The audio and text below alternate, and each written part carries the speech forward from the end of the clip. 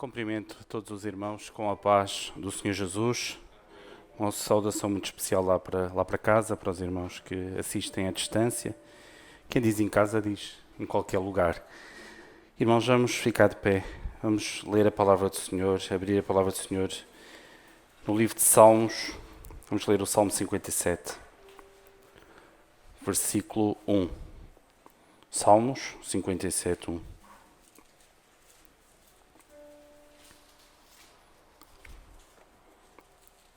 Salmos 57, 1.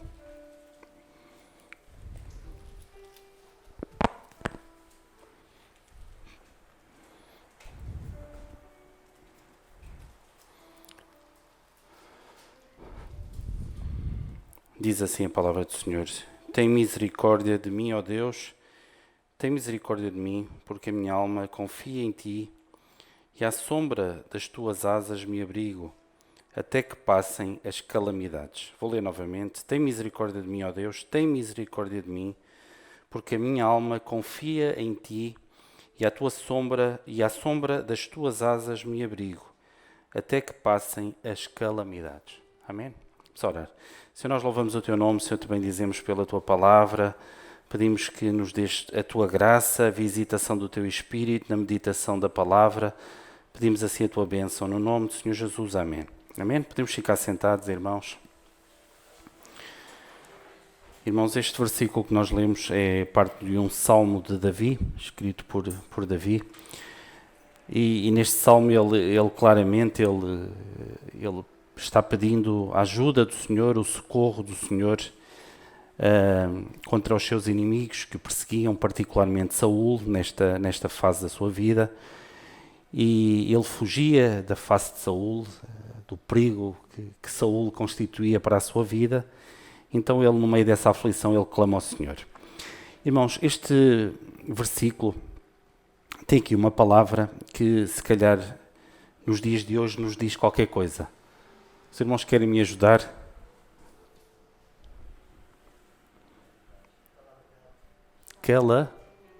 Calamidades. Porque, na verdade,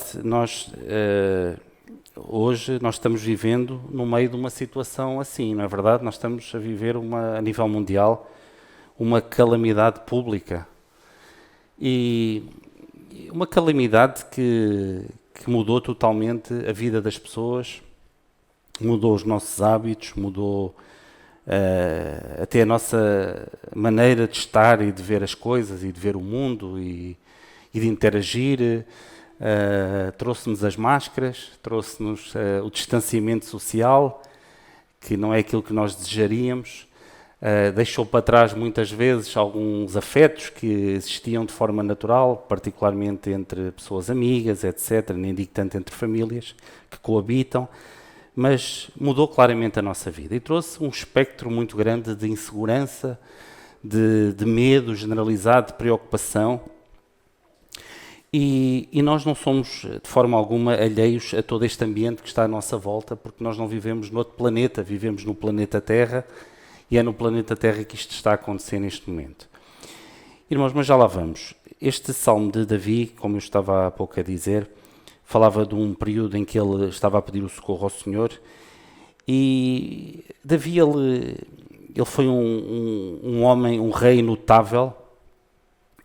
Não podemos dizer que ele foi um homem perfeito, que a sua vida esteve isenta de erros. Não esteve. Ele errou, ele falhou, ele desagradou ao Senhor. Mas eu particularmente tenho uma admiração muito grande por ele, porque nota-se nele sensibilidade e temor ao Senhor. Independentemente das suas falhas, dos seus erros, percebe-se que existe um arrependimento sincero. Existe perante o erro uma dor muito grande da sua alma.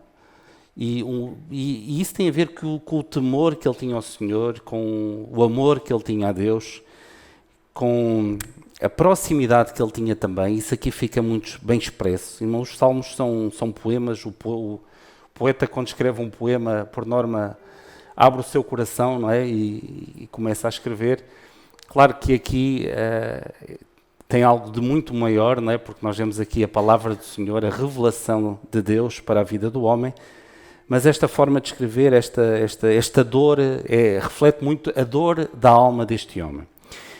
Então ele diz, tem misericórdia de mim, ó Deus, tem misericórdia de mim. Ele repete, não porque era gago, ou porque Deus fosse surdo e precisasse de ouvir 2 vezes, mas os irmãos já vão entender porquê também. Então, a questão do tem misericórdia de mim, esta forma de começar os salmos, ele começa várias vezes. Imaginem os salmos, nós vamos ver os salmos, imaginem como se fosse um livro só, esqueçam que existem os vários salmos, vejam tudo de seguida, e em cada momento, em vários momentos em que ele se dirige a Deus, ele pede exatamente isto, tem misericórdia de mim, ó Deus.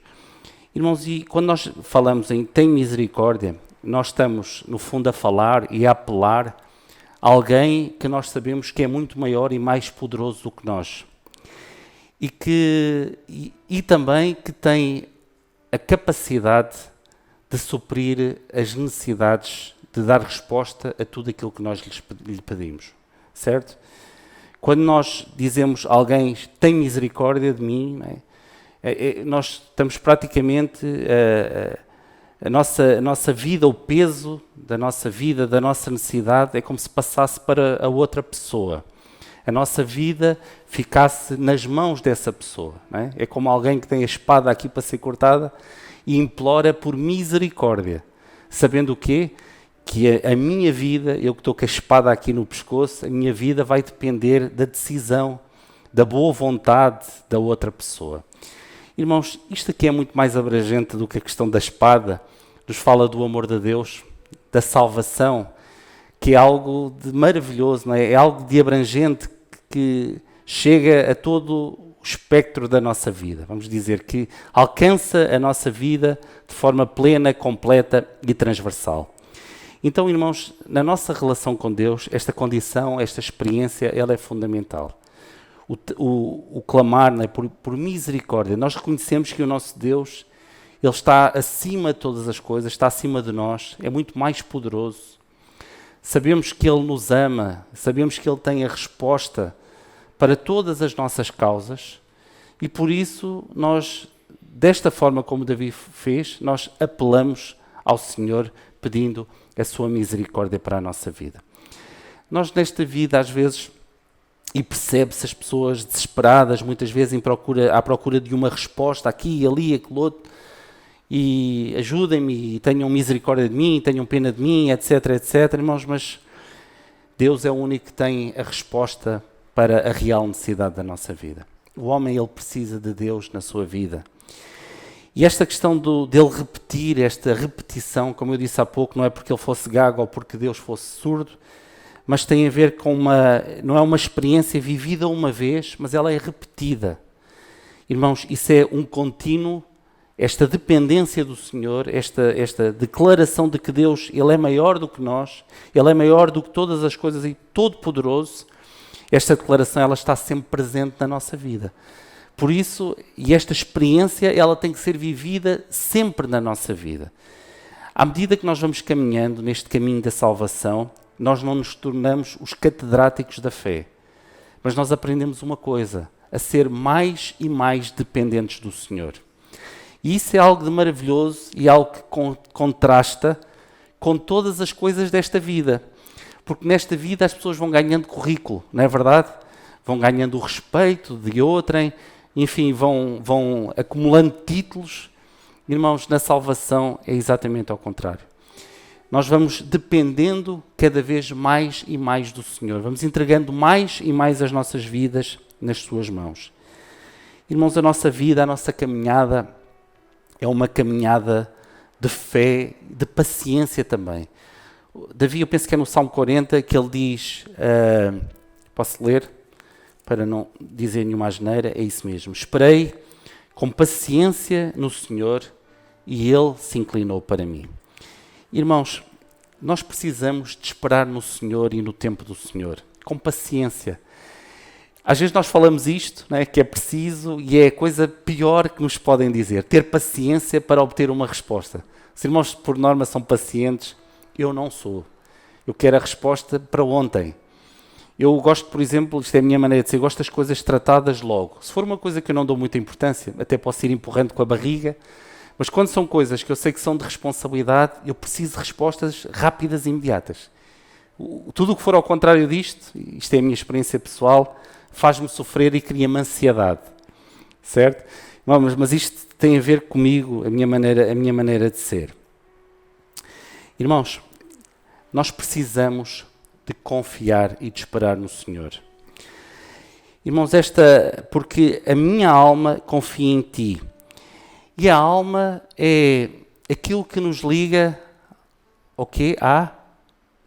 Àquilo que é eterno. Então é fundamental existir esta dependência. Por outro lado, também a nossa vida com o Senhor, a nossa vida espiritual, o projeto de salvação, ele estar bem resolvido entre mim e o Senhor, ele tem que ser uma realidade, né? Irmãos, e isso é outro aspecto muito importante na nossa vida. Que a nossa alma é mais do que eu dizer o meu coração é a minha alma, aquilo que me liga à eternidade, fruto das experiências que a salvação tem trazido à minha vida, por tudo aquilo que eu tenho vivido, pelas experiências que o Senhor me tem dado, porque às vezes é preciso, voltando àquilo que eu estava a falar há pouco e não concluí, porque às vezes é preciso esperar com paciência, mas o Senhor não nos deixa sem resposta. O Senhor no seu tempo Ele responde às nossas necessidades, Ele responde às nossas causas, mas responde no seu tempo. Irmãos, isto é aquilo que traz o grande desafio à nossa fé. Nós percebemos que o Senhor responde no seu tempo, quando Ele acha que deve ser. O projeto que Ele tem para nós é um projeto pleno, perfeito, mas é no seu tempo, certo?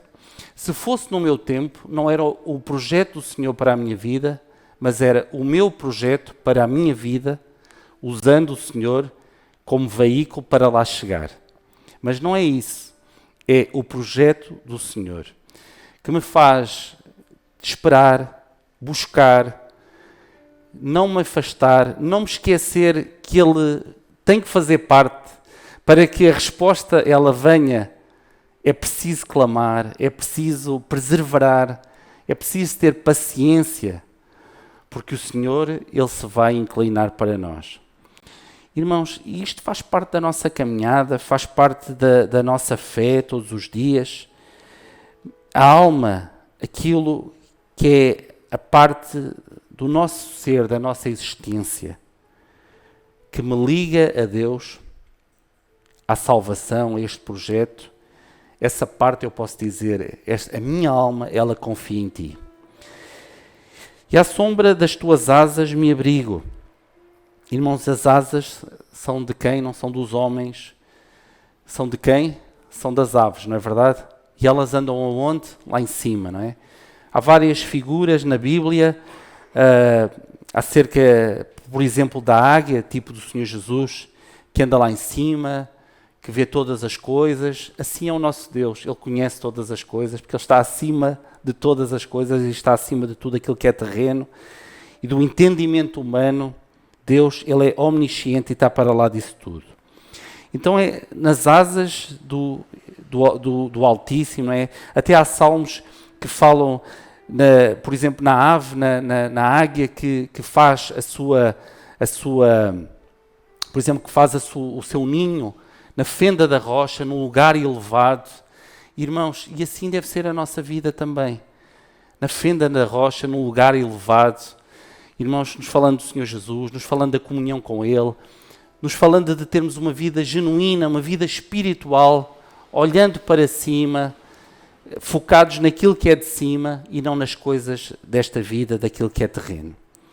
Então que nós possamos nos abrigar, né, à sombra das asas, das suas asas, nós, no sentido figurado, nós nos possamos abrigar até que passem as calamidades. Então, voltando ao princípio da mensagem, nós estamos passando por uma calamidade.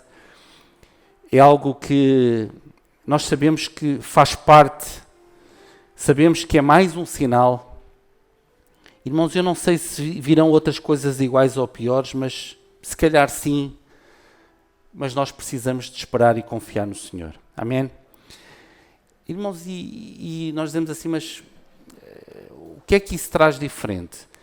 Traz diferente nós sabermos que, enquanto que as outras pessoas acham que isto é um acaso, é uma coisa passageira, é uma coisa qualquer, nós percebemos o porquê. Nós, pela fé, nós percebemos o porquê, não é? À luz da palavra do Senhor, dos sinais proféticos, nós percebemos que isto não é obra do acaso, não é uma coisinha qualquer. É um sinal entre muitos outros. E sabemos uma coisa, que Jesus ele está às portas. E por isso a igreja ela tem que se alegrar. Alegrar, eu quando digo alegrar, não é pela tristeza, mas é porque nós estamos vendo os sinais se cumprirem.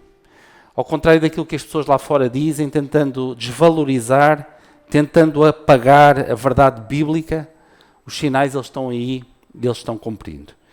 Irmãos, não estamos livres, não é? Não estamos livres. Eu hoje ouvi uma notícia, ou li uma notícia qualquer, provavelmente ia chegar a uma altura que era mais, como é que era? Era mais difícil ficar livre do Covid do que acertar no Euromilhões, mais ou menos isto. Era qualquer coisa assim, não sei se alguém viu a notícia. E então imagina, né? Se as probabilidades, né, lá para o dito jogo são assim uma coisa abismal, então o que eles estão a querer dizer é que toda a gente, mas nada disso nos vai assustar, nós vamos confiar e esperar no Senhor. Amém? O que as pessoas dizem, o que as pessoas não dizem.